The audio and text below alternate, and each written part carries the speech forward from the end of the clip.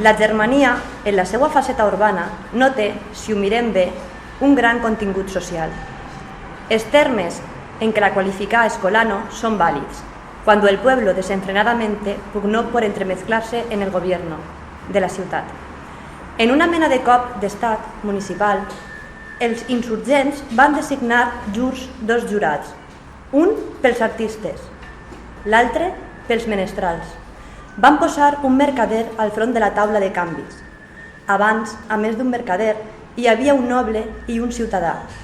I nomenaren uns tinents d'elecció popular al justícia criminal i al molstassà. Amb això, i amb una supressió d'impostos, s'acontentaren. Era una reforma tímida, i encara es feia més a costa de ciutadans honrats, que no dels cavallers, en els que el terreny teòric, si més no. Els dos nous jurats en desplaçaven dos de ciutadans, però subsistien els dos de la noblesa.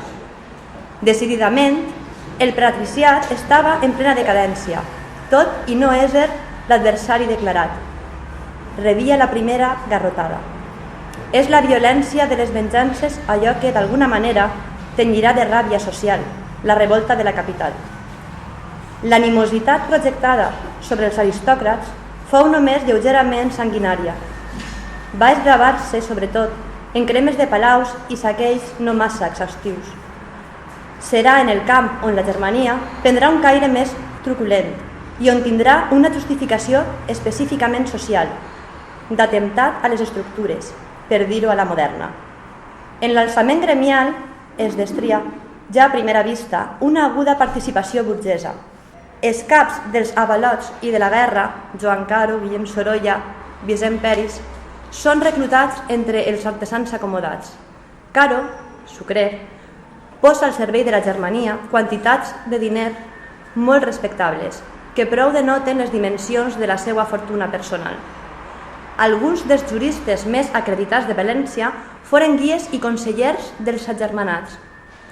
Un d'aquests juristes, Bartomeu Montfort, a l'hora de la repressió hagué de pagar 12.000 ducats de multa, i els pagà, i encara li restava un patrimoni considerable. Un altre gran burgès, doncs. Amb els juristes s'adheriren a la revolució molts notaris i molts mercaders hipotecaris. I també gent d'església. Fins i tot va haver-hi ciutadans honrats, Ros, Esteve Urgellès, que militaren del costat dels rebels. Cal dir que no tots ells hi actuaren de la mateixa forma. Els capitostos gremials es constituïen l'ala esquerra, implacable, dura. Els altres, sense pecar de conciliadors, eren partidaris de procediments menys feroços i van mirar d'aconseguir que el moviment no s'esgotés en pura i descordada rauxa. Ells van fer útils les escasses reformes polítiques realitzades. Van parlamentar amb el monarca a fi de defensar la justícia de la revolució. Tractaren de salvar-la de l'anarquia. Llur fracàs no minimitza el mèrit dels propòsits i de les gestions que van aportar-hi.